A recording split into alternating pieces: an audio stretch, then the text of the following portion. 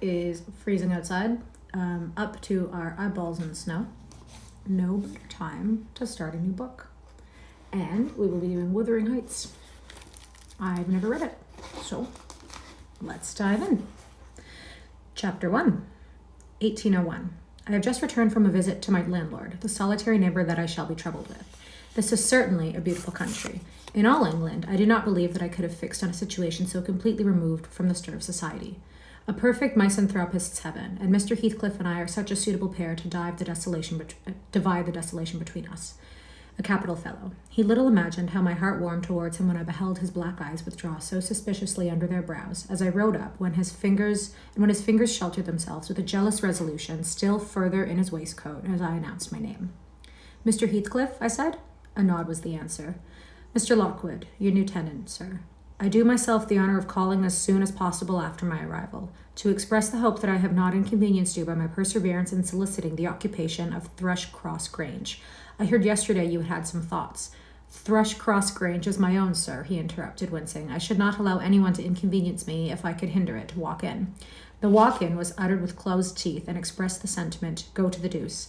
Even the gate over which he leant manifested no sympathizing movement to the words, and I think that circumstance determined me to accept the invitation.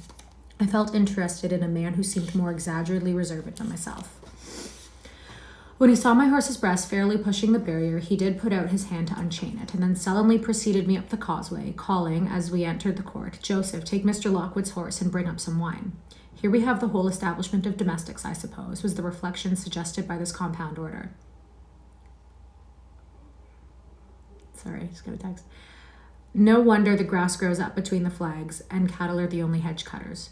Joseph was an elderly, nay, an old man, very old perhaps, though hale and sinewy. The Lord help us, he soliloquized in an undertone of peevish displeasure while relieving me of my horse, looking meantime in my face so sourly that I charitably conjectured he must have need of divine aid to digest his dinner, and his pious ejaculation had no reference to my unexpected advent. Wuthering Heights is the name of Mr. Heathcliff's dwelling. Wuthering being a significant provincial adjective, descriptive of the atmospheric tumult to which its station is exposed in stormy weather. Pure, bracing ventilation they must have up there at all times, indeed. One may guess the power of the north wind blowing over the edge by the excessive slant of a few stunted firs at the end of the house, and by a range of gaunt thorns all stretching their limbs one way as if craving alms of the sun. Happily, the architect had foresight to build it strong. The narrow windows are deeply set in the wall, and the corners defended with large jutting stones. Before passing the threshold, I paused to admire a quantity of grotesque carving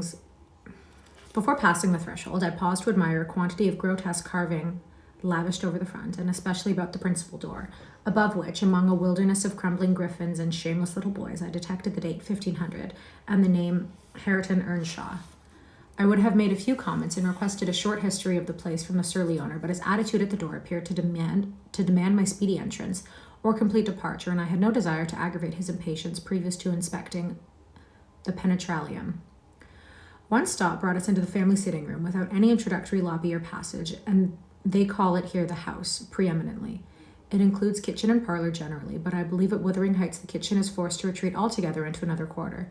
At least I distinguished a chatter of tongues and a clatter of culinary utensils deep within, and I observed no signs of roasting, boiling, or baking about the huge fireplace, nor any glitter of copper saucepans and tin colanders on the wall. One end, indeed, reflected splendidly both light and heat from ranks of immense pewter dishes, interspersed with silver jugs and tankards, towering row after row on a vast oak dresser to the very roof. The latter had never been underdrawn. Its entire anatomy lay bare to an inquiring eye, except where a frame of wood laden with oatcakes and clusters of legs of beef, mutton, and ham concealed it. Above the chimney were sundry villainous old guns and a couple of horse pistols, and, by way of ornament, 3 gaudy paint canisters disposed along its ledge. The floor was of smooth white stone, the chairs high-backed, primitive structures painted green, 1 or 2 heavy black ones lurking in the shade. In an arch under the dresser reposed a huge liver-colored bitch pointer surrounded by a swarm of squealing puppies, and other dogs haunted other recesses. The apartment and furniture would have been nothing extraordinary as belonging to a homely northern farmer with a stubborn countenance and stalwart limbs set out to advantage in knee breeches and gaiters. Such an individual seated in his armchair, his mug of ale frothing on the round table before him, it is to be seen in any circuit of 5 or 6 miles among these hills if you go at the right time after dinner. But Mr. Heathcliff forms a singular contrast to his abode and style of living. He is a dark-skinned gypsy in aspect, in dress and manners a gentleman, that is, as much a gentleman as many a country squire, rather slovenly perhaps, yet not looking amiss with his negligence, because he has an erect and handsome figure and rather morose. Possibly some people might suspect him of a degree of underbred pride. I have a sympathetic chord within that tells me it is nothing of the sort. I know by instinct his reserve springs from an aversion to showy displays of feeling, to manifestations of mutual kindliness. He'll love and hate equally under cover, and esteem it a species of impertinence to be loved or hated again. No, I'm running on too fast. I bestow my own attributes over liberally on him. Mr. Heathcliff may have entirely dissimilar reasons for keeping his hand out of the way when he meets a would-be acquaintance, to those which accutate me. Let me hope my constitution is almost peculiar. My dear mother used to say I should never have a comfortable home, and only last summer I provided myself perfectly unworthy of one. While enjoying a month of fine weather at the sea-coast, I was thrown into the company of a most fascinating creature, a real goddess in my eyes, as long as she took no notice of me. I never told my love vocally. Still, if looks have language, the merest idiot might have guessed I was over head and ears. She understood me at last and looked a return, the sweetest of all imaginable looks. And what did I do? I confess it with shame, shrunk icily into myself like a snail. At every glance retired colder and further, till finally the poor innocent was led to doubt her own senses, and overwhelmed with confusion at her supposed mistake, persuaded her mamma to decamp. By this curious turn of disposition, I have gained the reputation of deliberate heartlessness, how undeserved I alone can appreciate.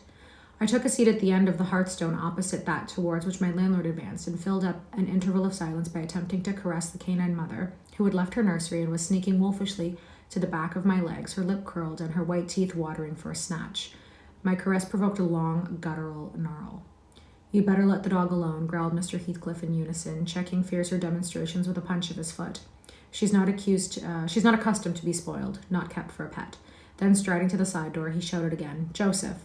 Joseph mumbled indistinctly in the depths of the cellar, but gave no intimation of ascending. "Hi." So his master dived down to him, leaving me vis-a-vis, the ruffianly bitch, and a pair of grim, shaggy sheepdogs, who shared with her a jealous guardianship over all my movements. Not anxious to come in contact with their fangs, I sat still, but imagining they would scarcely understand tacit insults, I unfortunately indulged in winking and making faces at the trio, when some turn of my physiognomy so irritated Madame that she suddenly broke into a fury and leapt on my knees. I flung her back and hastened to interpose the table between us. This proceeding aroused the whole hive. 6 four-footed fiends of various sizes and ages issued from hidden dens to the common center. I felt my heels and coat laps peculiar subjects of assault, and parrying off the larger combatants as effectually as I could with the poker, I was constrained to demand, aloud, assistance from some of the household in re-establishing peace. I'm reading Wuthering Heights. Just started it. It's page 5. Mr. Heathcliff and his man climbed the cellar with vexatious phlegm. I don't think they moved 1 second faster than usual, though the hearth was an absolute tempest of worrying and yelping. Happily, an inhabitant of the kitchen made more dispatch. A lusty dame with tucked-up gown, bare arms, and fire-flushed cheeks rushed into the midst of us, flourishing a firing pan, and used that weapon and her tongue to such purpose that the storm subsided magically, and only she remained, heaving like a sea after a high wind, when her master entered on the scene. "What the devil is the matter?" he asked, eyeing me in a manner that I could ill endure after this inhospitable treatment. "What the devil, indeed," I muttered. The herd of possessed swine could have had no worse spirits in them than those animals of yours, sir. You might as well leave a stranger with a brood of tigers." They won't meddle with persons who touch nothing," he remarked, putting the bottle before me and restoring the displaced table. "The dogs do right to be vigilant. Take a glass of wine?" "No, thank you." "Not bitten, are you?" "If I had been, I would have set my signet on the biter." Heathcliff's countenance relaxed into a grin. Come, he said. "You are flurried, Mr. Lockwood. Here, take a little wine. Guests are so exceedingly rare in this house that I and my dogs, I am willing to own, hardly know how to receive them. Your health, sir." I bowed and returned the pledge, beginning to perceive that it would be foolish to sit sulking for the misbehavior of a pack of curs. Besides, I felt loth to yield the fellow further amusement at my expense, since his humor took that turn. He, probably swayed by prudential consideration of the folly of offending a good tenant, relaxed a little in the laconic style of chipping off his pronouns and auxiliary verbs, and introduced what he supposed would be a subject of interest to me, a discourse on the advantages and disadvantages of my present place of retirement. I found him very intelligent on the topics we touched, and before I went home I was encouraged so far as to volunteer another visit tomorrow. He evidently wished no repetition of my intrusion. I shall go, notwithstanding. It is astonishing how sociable I feel myself compared with him. Chapter 2. Yesterday afternoon set in misty and cold. I had half a mind to spend it by my study fire instead of wading through heath and mud to Wuthering Heights. On coming up from dinner, however, N.B., so note, I dined between 12 and 1 o'clock. The housekeeper, a matronly lady, taken as a fixture along with the house, could not or would not comprehend my request that I might be served at 5. On mounting the stairs with this lazy intention and stepping into the room, I saw a servant girl on her knees surrounded by brushes and coal scuttles and raising an infernal dust as she extinguished the flames with heaps of cinders. The spectacle drove me back immediately. I took my hat and after a 4 miles walk arrived at Heathcliff's garden gate just in time to escape the first feathery flakes of a snow shower. On that bleak hilltop, the earth was hard with a black frost, and the air made me shiver through every limb. Being unable to remove the chain, I jumped over, and running up the flagged causeway bordered by straggling gooseberry bushes, knocked vainly for admittance till my knuckles tingled and the dogs howled. Wretched inmates, I ejaculated mentally, you deserve perpetual isolation from your species for your churlish inhospitality. At least I would not keep my doors barred in the daytime. I don't care. I will get in. So resolved, I grasped the latch and shook it vehemently. Vinegar-faced Joseph projected his head from a round window of the barn. What are you for? He shouted. To master's down in the foul. Go around by the end of the lane if you want to speak with him. Is there nobody inside to open the door? I hallooed responsively. There's no one but the missus, and she'll not open it. Sorry, it's written weird. There's nobody but the missus, and she'll not open it, and you make her flay some dins till night. Why? Cannot you tell her who I am, Joseph? No, not me. I have no hand with it, muttered the hag, vanishing. The snow began to drive thickly. I seized the handle to essay another trial when a young man without coat and shuddering a pitchfork appeared in the yard behind. He hailed me to follow him, and after marching through a wash house in a paved area containing a coal shed, pump, and pigeon cot, we at length arrived in the huge, warm, cheerful apartment where I was formally received. It glowed delightfully in the radiance of an immense fire, compounded of coal, peat, and wood, and near the table laid for a plentiful evening meal I was pleased to observe the missus, an individual whose existence I had never previously suspected. I bowed and waited, thinking she would bid me take a seat. She looked at me, leaning back in her chair, and remained motionless and mute. Rough weather, I remarked. I'm afraid, Mrs. Heathcliff. The door must bear the consequence of your servant's leisure attendance. I had hard work to make them hear me. She never opened her mouth. I stared. She stared also. At any rate, she kept her eyes on me in a cool, regardless manner, exceedingly embarrassing and disagreeable. Sit down, said the young man gruffly. He'll be in soon. I obeyed and hemmed, and called the villain Juno, who deigned, at the second interview, to move the extreme tip of her tail in token of owning my acquaintance. A beautiful animal, I commenced again. Do you intend parting with the little ones, madam? They are not mine, said the amiable hostess, more repellingly than Heathcliff himself could have replied. Your favorites are among these? I continued, turning to an obscure cushion full of something like cats. A strange choice of favorites, she observed scornfully. Unluckily, it was a heap of dead rabbits. I hummed once more and drew closer to the hearth, repeating my comment on the wildness of the evening.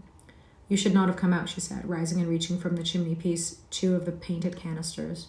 Her position before was sheltered from the light. Now I had a distinct view of her whole figure and countenance. She was slender and apparently scarcely past girlhood, an admirable form and the most exquisite little face that I had ever had the pleasure of beholding. Small features, very fair, flaxen ringlets, or rather golden, hanging loose on her delicate neck, and eyes, they had been agreeable in expression, that would have been irresistible.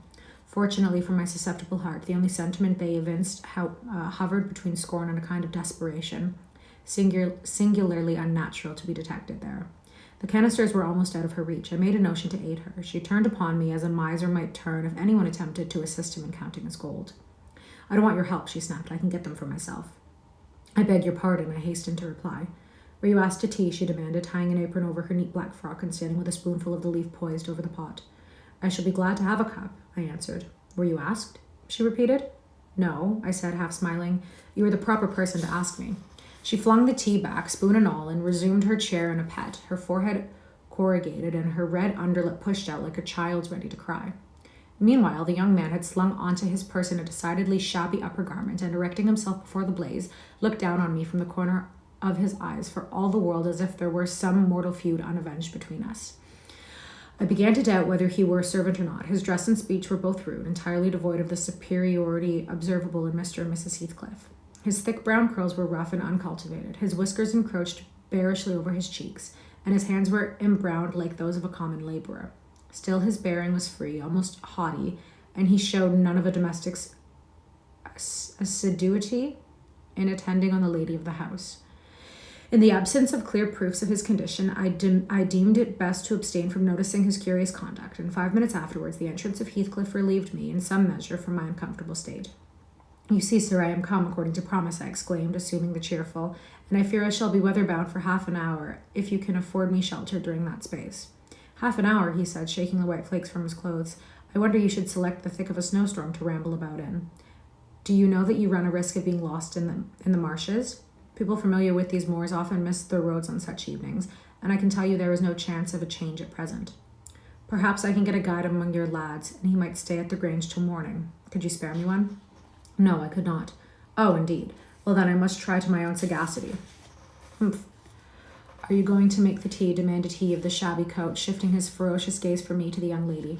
"Is he to have any?" she asked, appealing to Heathcliff. "Get it ready, will you?" was the answer, uttered so savagely that I started.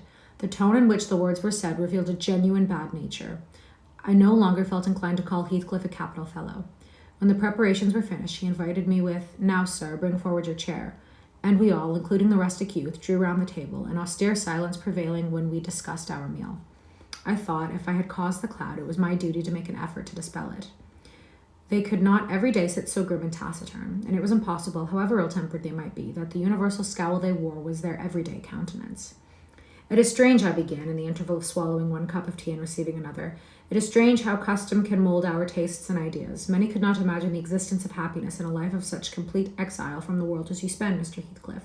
Yet, I'll venture to say that, surrounded by your family, and with your amiable lady as the presiding genius over your home and heart—" "My amiable lady," he interrupted, with an almost diabolical sneer on his face. "Where is she, my amiable lady?" "Miss Heathcliff, your wife, I mean." "Well, yes. Oh, you would imitate that her spirit has taken the post of ministering angel and guards the fortunes of Wuthering Heights, even when her body is gone. Is that it?" Perceiving myself in a blunder, I attempted to correct it. I might have seen there was too great a disparity between the age of the parties to make it likely that they were man and wife. One is about 40, a period of mental vigor at which men seldom cherish the delusion of being married for love by girls. The dream is reserved for the solace of our declining years. The other did not look 17. Then it flashed on me. The clown at my elbow, who was drinking his tea out of a basin and eating his broad of unwashed hands, may be her husband. Heathcliff Jr., of course. Here's the consequence of being buried alive. She has thrown herself away upon that boor from sheer ignorance that better individuals existed. Sad pity. I must beware how I cause her to regret her choice. The last reflection may seem conceited. It was not. My neighbor struck me as bordering on repulsive. I knew through experience that I was tolerably attractive. "Miss Heathcliff is my daughter-in-law," said Heathcliff, corroborating my surmise. He turned as he spoke, a peculiar look in her direction, a look of hatred. Unless he had a most perverse set of facial muscles that will not, like those of other people, interpret the language of his soul. "Ah, certainly, I see it now. You are the favored possessor of the beneficent fairy," I remarked, turning to my neighbor. This was worse than before. The youth grew crimson and clenched his fist with every appearance of a meditated assault. But he seemed to recollect himself presently, and smothered the storm in a brutal curse, muttered on my behalf, which, however, I took care not to notice. "Unhappy in your conjectures, sir," observed my host. "We neither of us have the privilege of owning your good fairy. Her mate is dead. I said she was my daughter-in-law, therefore she must have married my son. And the young man is not my son, assuredly." Heathcliff smiled again, as if it were rather too bold a jest to attribute the paternity of that bear to him. "My name is Hareton Earnshaw," growled the other, "and I'd counsel you to respect it." "I've shown no disrespect,was my reply, laughing internally at the dignity with which he announced himself. He fixed his eye on me longer than I cared to return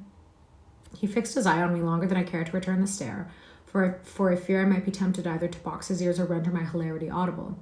I began to feel unmistakably out of place in the pleasant family circle. The dismal spiritual atmosphere overcame and more than neutralized the glowing physical comforts around me, and I resolved to be cautious how I ventured under those rafters a third time. The business of eating being concluded, and no one uttering a word of sociable conversation, I approached a window to examine the weather. A sorrowful sight I saw, dark night coming down prematurely, and skies and hills mingled in one bitter whirl of wind and suffocating snow. I don't think it possible for me to get home now without a guide, I said. I could not help exclaiming. The roads will be buried already, and if they were bare, I could scarcely distinguish a foot in advance. Hareton, drive those dozen sheep into the back porch. They'll be covered if left in the fold all night, and put a plank before them, said Heathcliff. How must I do it? Continued with rising irritation. There was no reply to my question, and on looking round I only saw Joseph bringing in a pail of porridge for the dogs, and Miss Heathcliff leaning over the fire, diverting herself with a burning bundle of matches which had fallen from the chimney-piece as she restored the tea canister to its place. The former, when he had deposited his burden, took a critical survey of the room, and in cracked tones grated out, I wonder how you can fashion to stand there in idleness and war when all on 'em's gone out, but y'are not, and it's no use talking. You'll never mend our ill ways, but go right to the devil like your mother afore you. It's written, I'm sure, I don't know if you can see it, but it's kind of written the way like Hagrid's written in Harry Potter. Yeah. So it's just hard to read. I imagined for a moment that this piece of eloquence was addressed to me, and sufficiently enraged, stepped toward the aged rascal with an intention of kicking him out the door. Mrs. Heathcliff, however, checked me by her answer. You scandalous old hypocrite, she replied. Are you not afraid of being carried away bodily whenever you mention the devil's name? I warn you to refrain from provoking me, or I'll ask your abduction as a special favor. Stop. Look here, Joseph, she continued, taking a long, dark book from the shelf. I'll show you how far I've progressed in the black art. I shall soon be competent to make a clear house of it. The red cow didn't die by chance, and your rheumatism can hardly be reckoned among providential visitations. Oh, wicked, wicked, gasped the elder. May the Lord deliver us from evil. No, reprobate, you are a castaway. Be off, or I'll hurt you seriously. I'll have you all modelled in wax and clay. And the first who passes the limits I shall fix. I'll not say what he shall be done to, but you'll see. Go, I'm looking at you. The little witch put a mock malignity into her beautiful eyes, and Joseph, trembling with sincere horror, hurried out, praying, and ejaculated, wicked, as he went.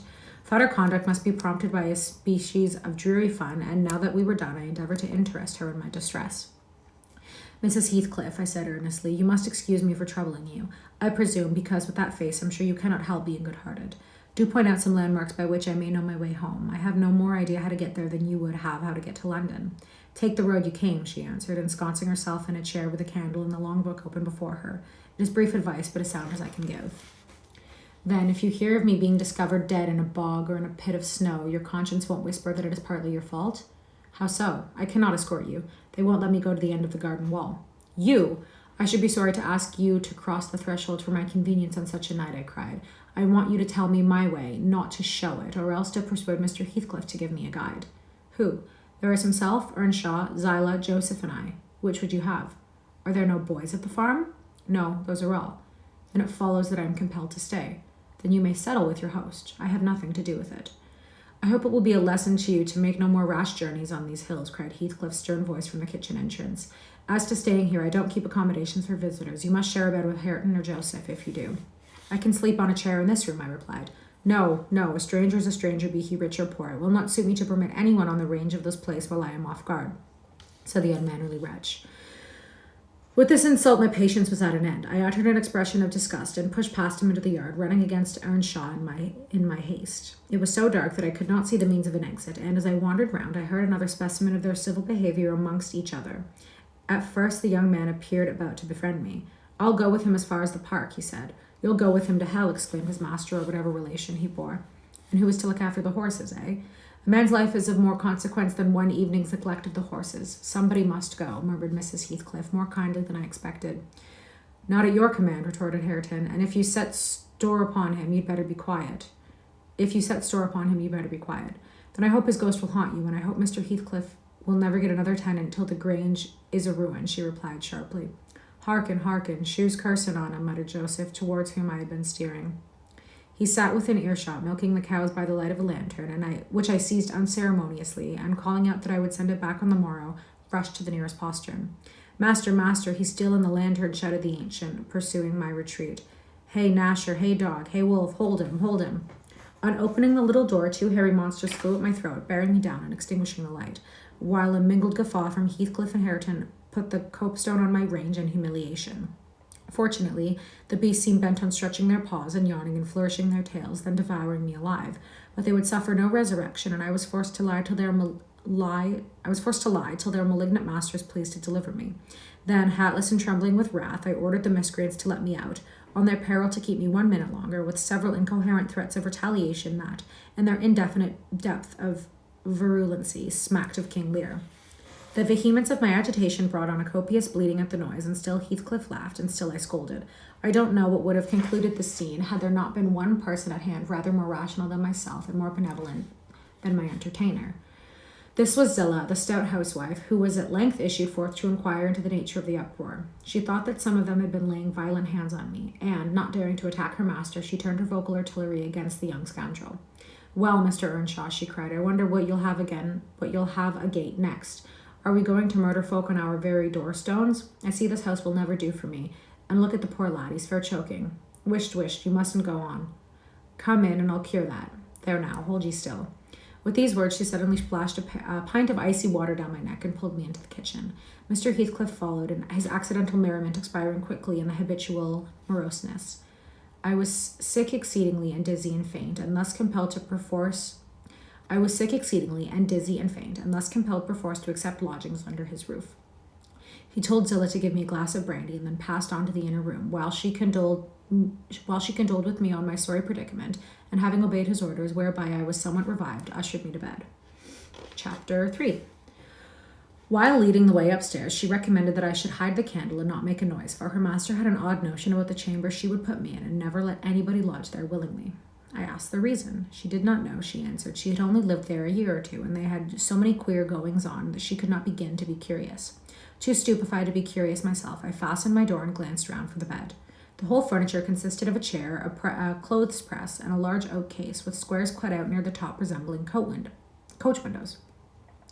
Having approached the structure, I looked inside and perceived it to be a singular sort of old-fashioned couch, very conveniently designed to obviate the necessity for every member of the family having a room to himself. In fact, it formed a little closet in the ledge of a window, which it enclosed served as a table. I slid back the panelled sides, got in with my light, pulled them together again, and felt secure against the vigilance of Heathcliff and of everyone else.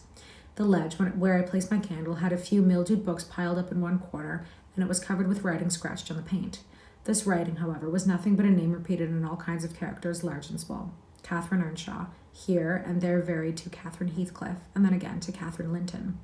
In vapid listlessness, I leaned my head against the window and continued spelling over Catherine Earnshaw, Heathcliff, and Linton till my eyes closed, but they had not rested 5 minutes when a glare of white letters started from the dark as vivid as spectres. The air swarmed with Catherines, and rousing myself to dispel the obtrusive name, I discovered my candle wick reclining on one of the antique volumes and perfuming the place with an odor of roasted calfskin. I snuffed it off, and very ill at ease under the influence of cold and lingering nausea, sat up and spread open the injured tome on my knee. It was a testament in lean type and smelling dreadfully musty. A fly leaf bore the inscription, Catherine Earnshaw, her book, and a date of some quarter of a century back. I shut it and took up another and another till I examined them all. Catherine's library was select, and its state of dilapidation proved it to have been well used, though not altogether for a legitimate purpose. Scarcely one chapter had escaped, a pen and ink commentary, at least the appearance of one, covering every morsel of blank that the printer had left. Some were detached sentences, other parts took the form of regular diaries, scrawled in an ununiform childish hand. At the top of an extra page, quite a treasure probably when first lighted on, I was greatly amused to behold an excellent caricature of my friend Joseph, rudely yet powerfully sketched. An immediate interest kindled within me for the unknown Catherine, and I began forthwith to decipher her faded hieroglyphics. An awful Sunday commenced the paragraph beneath. I wish my father were back again. Hindley is a detestable substitute. His conduct to Heathcliff is atrocious. H and I are going to rebel. We took our initiatory step this evening. All day had been flooding with rain. We could not go to church, so Joseph must needs get up his congregation in the garret. And while Hindley and his wife basked downstairs before a comfortable fire, doing anything but reading their Bibles, I'll answer for it, Heathcliff, myself, and the unhappy plowboy were commanded to take our prayer books and mount. We were ranged in a row on a sack of corn, groaning and shivering, and hoping that Joseph would shiver too, so that he might give us a short homily for his own sake. A vain idea. The service lasted precisely 3 hours, and yet my brother had the face to exclaim when he saw us descending, "What, done already? On Sunday evenings we used to be permitted to play if we did not make much noise. Now a mere titter is sufficient to send us into our corners." "You forget you have a master here," says the tyrant. "I'll demolish the first who puts me out of temper. I insist on perfect sobriety and silence. Oh boy, was that you? Francis, darling, pull his hair as you go by. I heard him snap his fingers." Frances pulled his hair heartily and then went and seated herself on her husband's knee, and there they were, like two babies, kissing and talking nonsense by the hour, foolish palaver that we should be ashamed of. We made ourselves as snug as our means allowed in the arch of the dresser. I had just fastened our pinafores together and hung them up for a curtain when in comes Joseph on an errand from the stables. He tears down my handiwork, boxes my ears, and croaks, "Oh, fuck. The master to master, no but just buried, and Sabbath not o'ered, and to sound o' the gospel still in your lungs, and ye Darby lay king. Shame on ye. Sit ye down, ill childer. There's good books enough if you'll read 'em. Sit ye down and think o'er your sowls." Saying this, he compelled us so to square our positions that we might receive from the far-off fire a dull ray to show us the text of the lumber he thrust upon us. Could not bear the employment. I took my dingy volume by the scroop and hurled it into the dog kennel, vowing I hated a good book.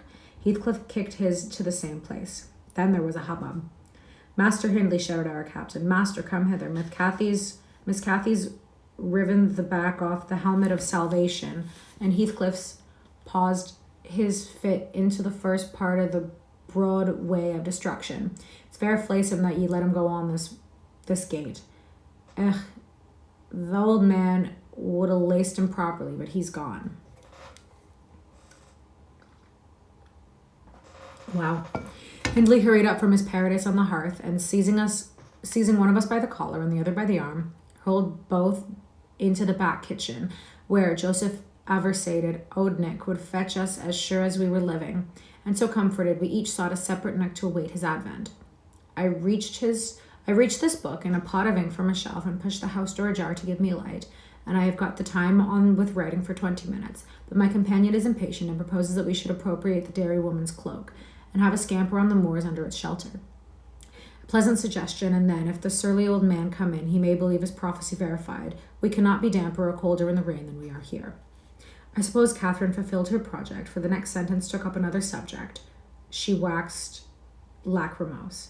"How little did I dream that Hindley would ever make me cry so," she wrote. "My head aches till I cannot keep it on the pillow, and still I can't give over. Poor Heathcliff. Hindley calls him a vagabond and won't let him sit with us, nor eat with us any more, and, he says, he and I must not play together, and threatens to turn him out of the house if we break his orders. He has been blaming our father, how dare he, for treating H too liberally, and he swears he will reduce him to his right place." I began to nod drowsily over the dim page. My eye wandered from manuscript to print. I saw a red, ornamented title, 70 times 7 and the first of the 71st. A pious discourse delivered by the Reverend Jabez Branderham in the chapel of Gimmerden Sow. And while I was half-consciously worrying my brain to guess what Jabez Branderham would make of his subject, I sank back in bed and fell asleep. Alas for the effects of bad tea and bad temper. What else could it be that made me pass such a terrible night? I don't remember another that I can at all compare with it since I was capable of suffering. I began to dream almost before I ceased to be sensible of my locality. I thought it was morning. I had set out on my way home with Joseph for a guide. The snow lay yards deep in our road, and as we floundered on, my companion wearied me with constant reproaches that I had not brought a pilgrim's staff, telling me that I could never get into the house without one, and boastfully flourishing a heavy-headed cudgel which I understood to be so denominated. For a moment I considered it absurd that I should need such a weapon to gain admittance into my own residence. Then a new idea flashed across me. I was not going there. We were journeying to hear the famous Jabez Branderham preach from the text 70 times 7, and either Joseph the preacher or I had committed the first of the 71st, and were to be publicly exposed and excommunicated. We came to the chapel. I have passed it really in my walks twice or thrice. It lies in a hollow between two hills, an elevated hollow near a swamp, whose peaty moisture is said to answer all the purposes of embalming on those few corpses deposited there. The roof has been kept whole hitherto, but as the clergyman's stipend is only £20 per annum, and a house with 2 rooms threatening speedily to determine into one, No clergyman will undertake the duties of pastor, especially as it is currently reported that his flock would rather let him starve than increase the living by 1 penny from their own pockets. However, in my dream, Jabez had a full and attentive congregation, and he preached. Good God, what a sermon, divided into 490 parts, each fully equal to an ordinary access from the pulpit, and each discussing a separate sin. Where he searched for them, I cannot tell. He had his private manner of interpreting the phrase, and it seemed necessary the brother should sin different sins on every occasion. They were of the most curious character, odd transgressions that I never imagined previously.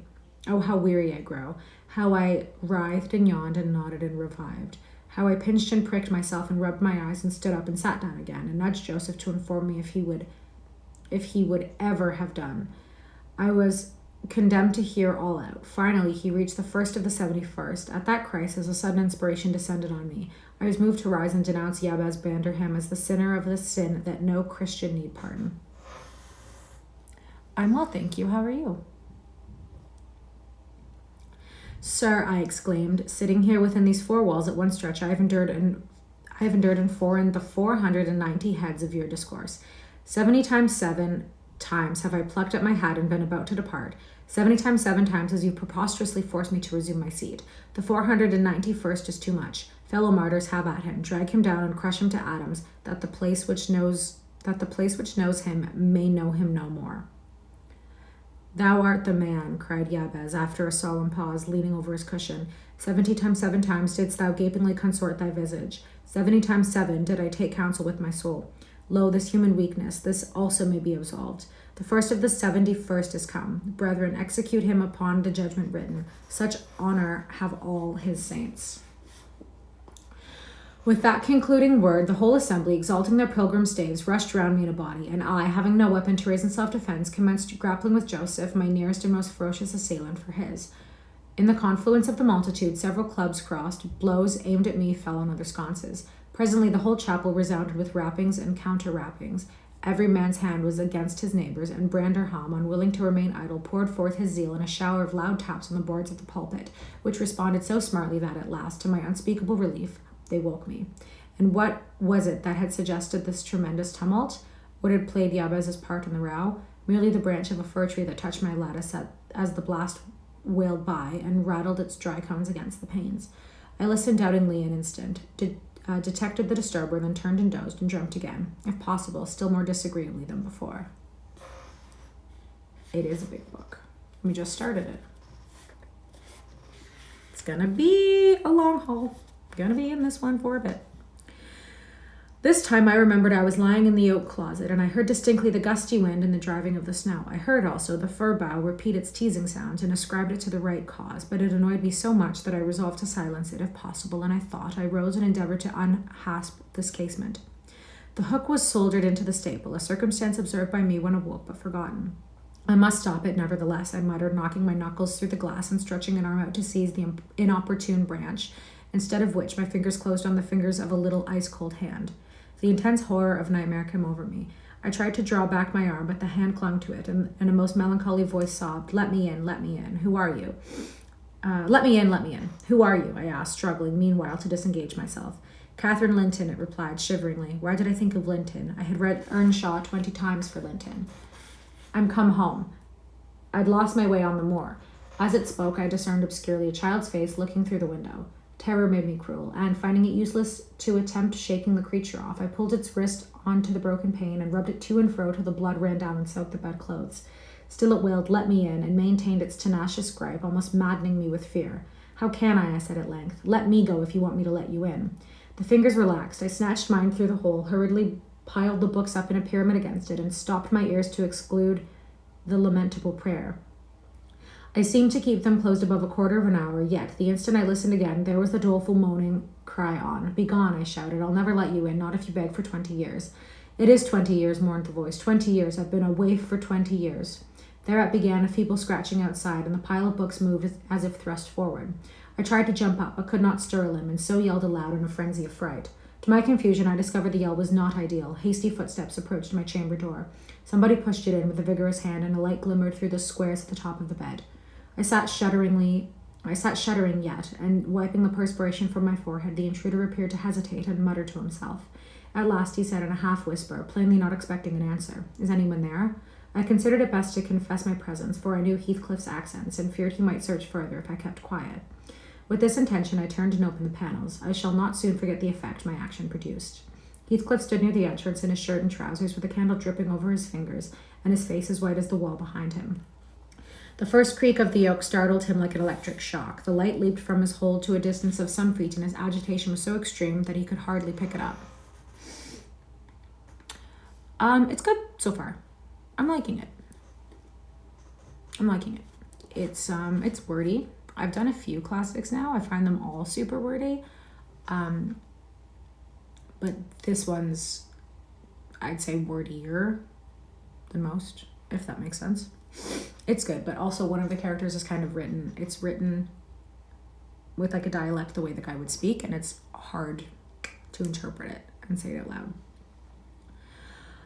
It is only your guest, sir, I called out, desirous to spare him the humiliation of exposing his cowardice further. I had the misfortune to scream in my sleep, owning to a frightful nightmare. I'm sorry I disturbed you. Oh, God, confound you, Mr. Lockwood. I wish you were at the... commenced my host, setting the candle on the chair because he found it impossible to hold it steady. And who showed up to you in this room? And who showed you up into this room? He continued, crushing his nails into his palms and grinding his teeth to subdue the maxillary convulsions. Who was it?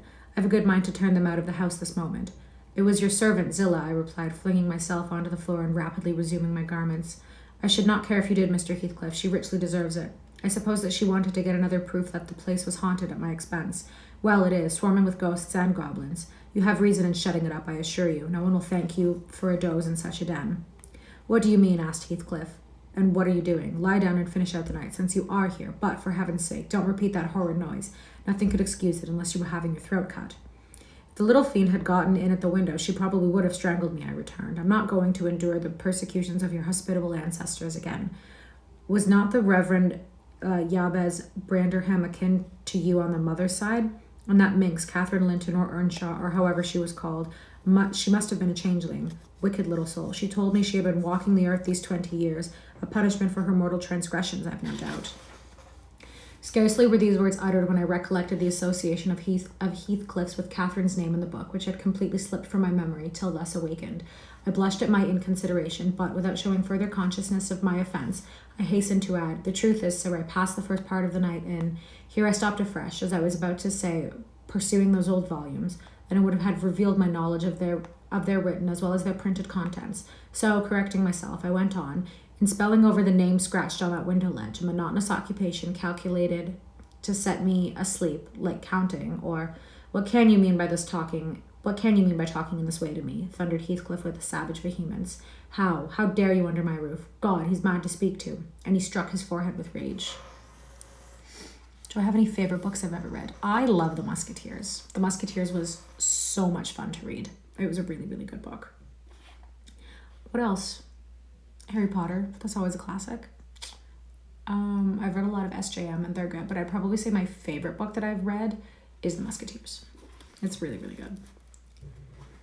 I did not know whether to resent this language or pursue my explanation, but he seemed so powerfully affected that I took pity and proceeded with my dreams, affirming I had never heard the appellation of Catherine Linton before, but reading it often overproduced an impression which personified itself when I had no longer my imagination under control. Heathcliff gradually fell back into the shelter of the bed, and as I spoke, finally sitting down almost concealed behind it. I guessed, however, by his irregular and intercepted breathing, that he struggled to vanquish an excess of violent emotion. Not liking to show him that I had heard the conflict, I continued my toilette rather noisily, looked at my watch, and soliloquized on the length of the night. Not 3 o'clock yet. I could have taken oath it had been 6. Time stagnates here. We must surely have retired to rest at 8. Always at 9 in winter and rise at 4, said my host, suppressing a groan, and, as I fancied by the motion of his arm's shadow dashing a tear from his eyes. Mr. Lockwood, he added, you may go into my room. You'll only be in the way coming downstairs so early, and your childish outcry has sent sleep to the devil for me. For me too, I replied. I'll walk in the yard till daylight, and then I'll be off, and you need not dread a repetition of my intrusion. I'm now quite cured of seeking pleasure in society, be it country or town. A sensible man ought to find sufficient company in himself. Delightful company, muttered Heathcliff. Take the candle and go where you please. I shall join you directly. Keep out of the yard, though. The dogs are unchained in the house. Juno mounts sentinel there, and, nay, you can only ramble about the steps and passages. But away with you. I'll come in 2 minutes. I obeyed so far as to quit the chamber, when, ignorant where the narrow lobbies led, I stood still and was witness involuntary to a piece of superstition on the part of my landlord which belied, oddly, his apparent sense. He got onto the bed and wrenched open the lattice, bursting as he pulled at it into an uncontrollable passion of tears. Come in, he sobbed. Cathy, do come. Oh, do, once more. Oh, my heart's darling. Hear me this time, Catherine, at last. The spectre showed a spectre's ordinary caprice. It gave no sign of being, but the snow and wind rolled wildly through, even reaching my station and blowing out the light. There was such anguish in the gush of grief that accompanied this raving that my compassion made me overlook its folly, and I drew off, half angry to have listened at all, and vexed at having related my ridiculous nightmare, since it produced that agony, though why was beyond my comprehension. I descended cautiously to the lower regions and landed in the back kitchen, where a gleam of fire, raked compactly together, enabled me to rekindle my candle. Nothing was stirring except a brindled grey cat, which crept from the ashes and saluted me with a querulous meow. 2 benches, shaped in sections of a circle, nearly enclosed the hearth. On one of these I stretched myself, and Grimalkin mounted the other. We were both of us nodding ere anyone invaded our retreat, and then it was Joseph shuffling down a wooden ladder that vanished in the roof through a trap. The ascent to his garret, I suppose. He took a sinister look at the little flame which I had enticed to play between the ribs, swept the cat from its elevation, and bestowing himself in the vacancy, commenced the operation of stuffing a 3-inch pipe with tobacco. My presence in his sanctum was evidently esteemed a piece of impudence too shameful for his remark. He silently applied the tube to his lips, folded his arms, and puffed away. I let him enjoy the luxury unannoyed, and after sucking out his last wreath and having a profound sigh, he got up and departed as solemnly as he came. A more elastic footstep entered next, and now I opened my mouth for a good morning, but closed it again, the salutation unachieved, for Hareton Earnshaw was performing his orison sotto voce in a series of curses directed against every object he touched, while he rummaged a corner for a spade or a shovel to dig through the drifts. He glanced over the back of the bench, dilating his nostrils, and thought as little of exchanging civilities with me as with my companion the cat. I guessed by his preparations that egress was allowed, and leaving my hard couch, made a movement to follow him. He noticed this and thrust at an inner door with the end of his spade, imitating by an inarticulate sound that there was a place where I must go if I changed my locality. It opened into the house, where the females were already astir, Zillah urging flakes of flame up the chimney with a colossal bellows, and Mrs. Heathcliff kneeling on the hearth, reading a book by the aid of the blaze. She held her hand interposed between the furnace heat and her eyes, and seemed absorbed in her occupation, desisting from it only to chide the servant for covering her with sparks, or to push away a dog now and then that snoozled its nose over forwardly into her face. I was surprised to see Heathcliff there also. He stood by the fire, his back towards me, just finishing a stormy scene with poor Zillah, who ever and anon interrupted her labor to pluck up the corner of her apron and heave an indignant groan. And you worthless, he broke out as I entered, turning to his daughter-in-law and employing an epithet as harmless as duck or sheep, but generally represented by a dash. There you are, at your idle tricks again. The rest of them do earn their bread. You live on my charity. Put your trash away and find something to do. You shall pay me for the plague of having you eternally in my sight. Do you hear, damnable jade? I'll put my trash away because you can make me if I refuse, answered the young lady, closing her book and throwing it on a chair. But I'll not do anything, though you should swear your tongue out, except what I please. Heathcliff lifted his hand, and the speaker sprang to a safer distance, obviously acquainted with its weight. Having no desire to be entertained by a cat and dog combat, I stepped forward briskly, as if eager to partake the warmth of the hearth, and innocent of any knowledge of the interrupted dispute. Each had enough decorum to suspend further hostilities. Heathcliff placed his fists out of temptation in his pockets. Mrs. Heathcliff curled her lip and walked to a seat far off, where she kept her word by playing the part of a statue during the remainder of my stay. That was not long. I declined joining their breakfast, and at the first gleam of dawn took an opportunity of escaping into the free air, now clear and still, and cold as impalpable ice. My landlord hallooed for me to stop ere I reached the bottom of the garden and offered to accompany me across the moor. It was well he did, for the whole hill-back was one billowy white ocean, the swells and falls not indicating corresponding rises and depressions in the ground. Many pits at least were filled to a level, and entire ranges of mounds the refuse of the quarries, blotted from the chart which my yesterday's walk left pictured in my mind. I had remarked on one side of the road, at intervals of 6 or 7 yards, a line of upright stones continued through the whole length of the barren. These were erected and daubed with lime on purpose to serve as guides in the dark, and also in a fall, like the present, confounded the deep swamps on either hand with the firmer path. But, excepting a dirty dot pointing up here and there, all traces of their existence had vanished, and my companion found it necessary to warn me frequently to steer to the right or left when I imagined I was following correctly the windings of the road. We exchanged little conversation, and he halted at the entrance of Thrushcross Park, saying I could make no error there. Our geo was limited to a hasty bow, and then I pushed forward, trusting my own resources, for the porter's lodge is untended as yet. The distance from the gate to the Grange is 2 miles. I believe I managed to make it 4, what with losing myself among the trees and sinking up to the neck in snow, a predicament which only those who have experienced it can appreciate. At any rate, whatever were my wanderings, the clock chimed 12 as I entered the house, and that gave exactly an hour for every mile of the usual way from Wuthering Heights. My human fixture and her satellites rushed to welcome me, exclaiming tumultuously that they had completely given me up. Everybody conjectured that I perished last night, and they were wondering how they must set about the search for my remains.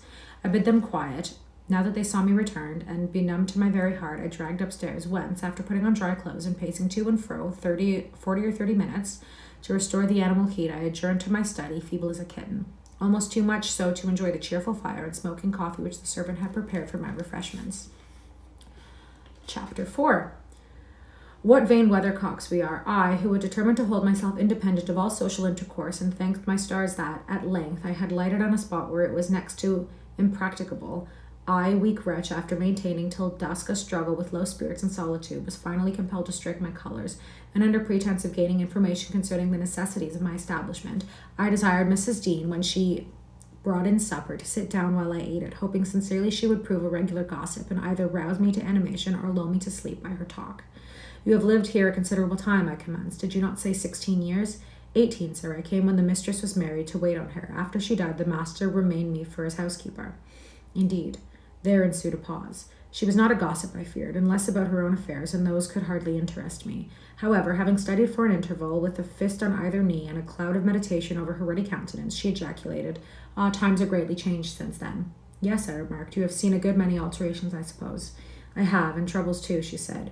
"Oh, I'll turn the talk on my landlord's family," I thought to myself, a good subject to start. "And that pretty girl widow, I should like to know her history, whether she be a native of the country, or as is more probable, an exotic that the surly indigene will not recognize for kin." With this intention, I asked Mrs. Dean why Heathcliff let Thrushcross Grange and preferred living in a situation and residence so much inferior. "Is he not rich enough to keep the estate in good order?" I inquired. Oh, my words are getting muddled together. "Rich, sir," she returned. He has nobody knows what money, and every year it increases. Yes, he's rich enough to live in a finer house than this, but he's very near close-handed, and if he had meant to flit to Thrushcross Grange as soon as he heard of a good tenant, he could not have borne to miss the chance of getting a few hundreds more. It is strange people should be so greedy when they are alone in the world. He had a son, it seems. Yes, he had one. He is dead. And the young lady, Mrs. Heathcliff, is his widow? Yes. Where did she come from originally? Why, sir, she is my late master's daughter. Catherine Linton was her maiden name. I nursed her, poor thing. I did wish Miss Heathcliff would remove here, then we might have been together again. Oh, I did wish Mr. Heathcliff would remove here, and then we might be together again.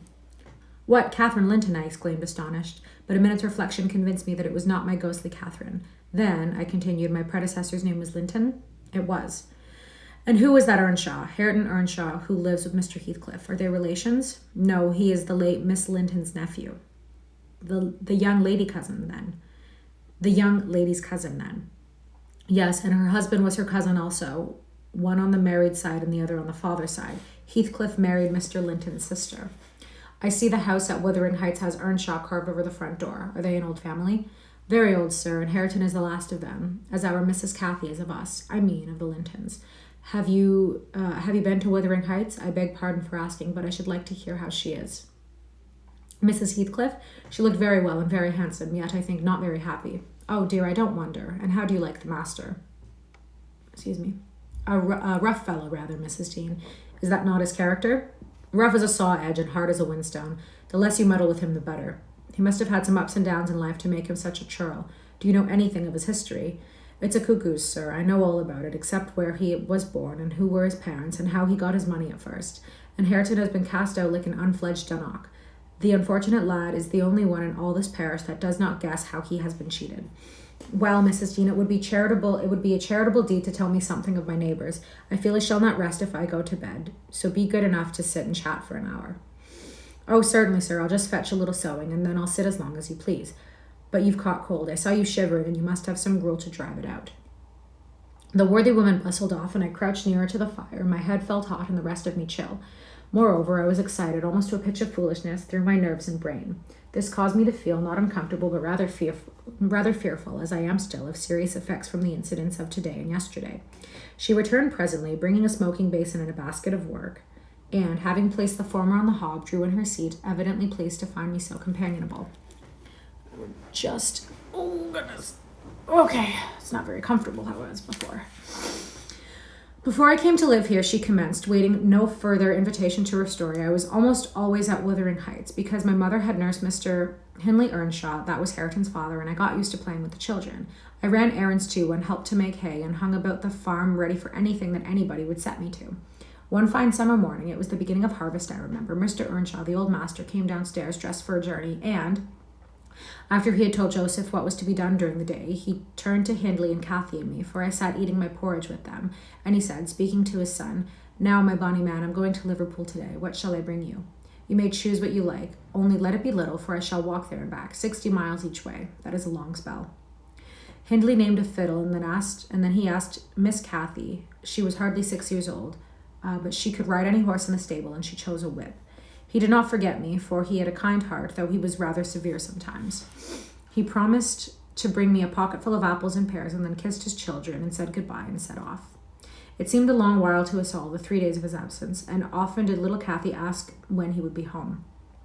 Mrs. Earnshaw expected him by supper time on the third evening, and she put the meal off hour after hour. There were no signs of his coming, however, and at last the children got tired of running down to the gate to look.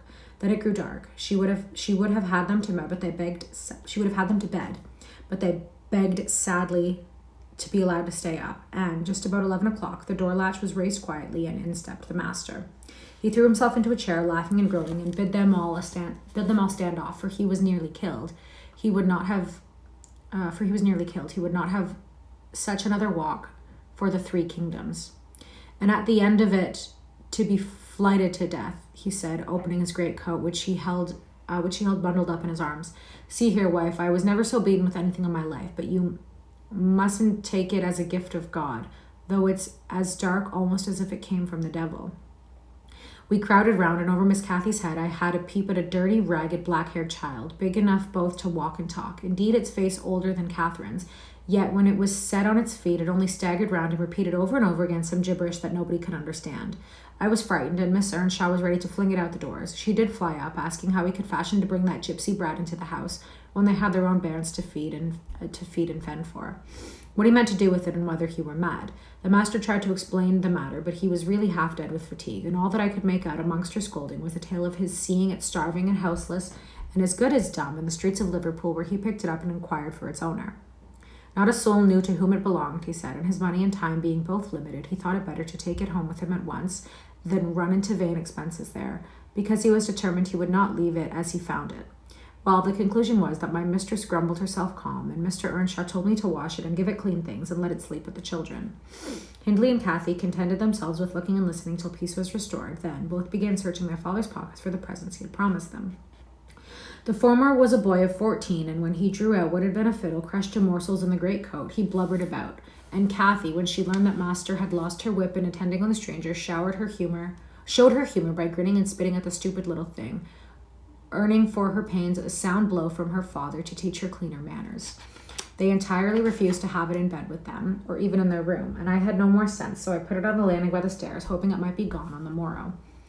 By chance, or else attracted by hearing his voice, it crept to Mr. Earnshaw's door, and there he found it on quitting his chamber. Inquiries were made as to how it got there. I was obliged to confess, and my recompense for my own cowardice and inhumanity was sent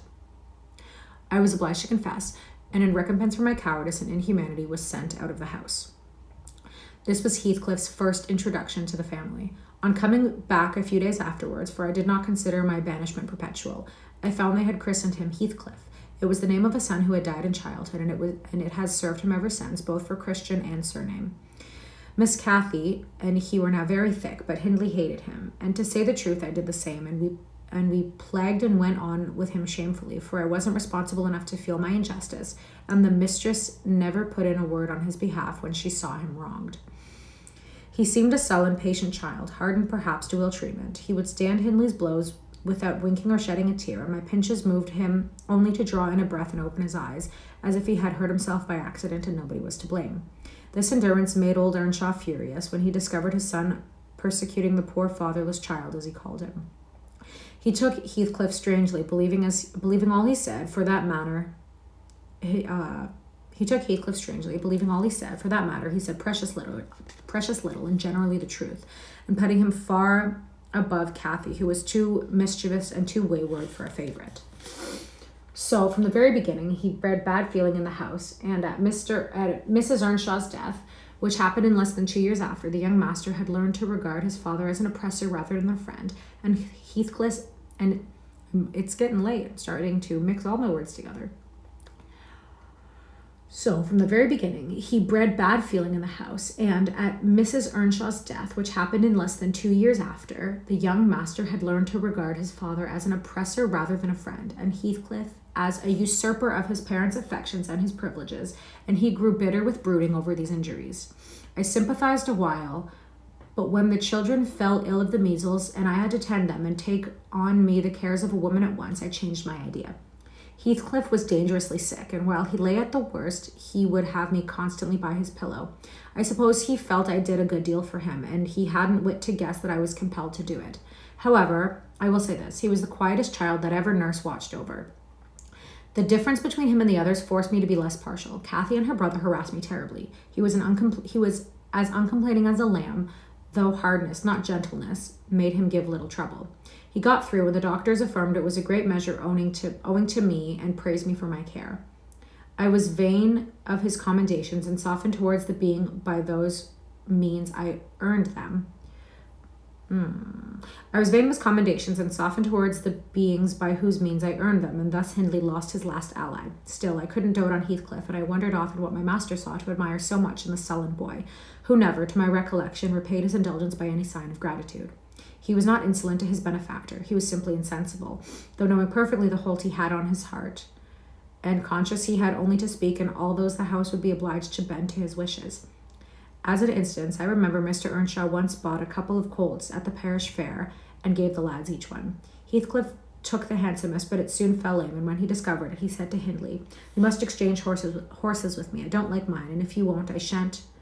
You must exchange horses with me, and if you don't, I shall tell your father of the 3 thrashings you've given me this week, and show him my arm, which is black to the shoulder." Hindley put out his tongue and cuffed him over the ears. "You better do it at once," he persisted, escaping the porch. They were in the stable. "You will have to, and if I speak of these blows, you'll get them again with interest." "Off, dog," cried Hindley, threatening him with an iron weight used for weighing potatoes and hay. "Throw it," replied the boy, standing still, and then I'll tell you how boasted that you would turn me out the doors as soon as he died, and see whether he will turn you out directly." Hindley threw it, hitting him on the breast, and down he fell, but staggered up immediately, breathless and white, and, had I not prevented it, he would have gone just so to the master, and got full revenge by letting his condition plead for him, intimating who had caused it. "Take my colt, gypsy, then," said the young Earnshaw, "and I pray that he may break your neck. Take him, and be damned, you beggarly interloper, and wheedle my father out of all he has. Only afterwards show him what you are, imp of Satan, and take that. I hope he'll kick out your brains." Heathcliff had gone to loose the beast and shift it to his own stall. He was passing behind it when Hindley finished his speech by knocking him under his feet, without stopping to examine whether his hopes were fulfilled, ran away as fast as he could. I was surprised to witness how coolly the child gathered himself up and went on with his intention, exchanging saddles and all, and then sitting down on a bundle of hay to overcome the qualm with which the violent blow occasioned before he entered the house. I persuaded him easily to let me lay the blame of his bruises on the horse. He minded little what tale was told, since he had what he wanted. He complained so seldom, indeed, of such stirs as these, that I really thought him not vindictive. I was deceived completely, as you will hear. That's where we're going to stop today. thank you for reading with me. I have a YouTube channel called KA Reads Classics, same name as this channel, all one word, no spaces, and I will upload this video and all of the previous recordings of books that I've done in the past. So thanks for reading with me.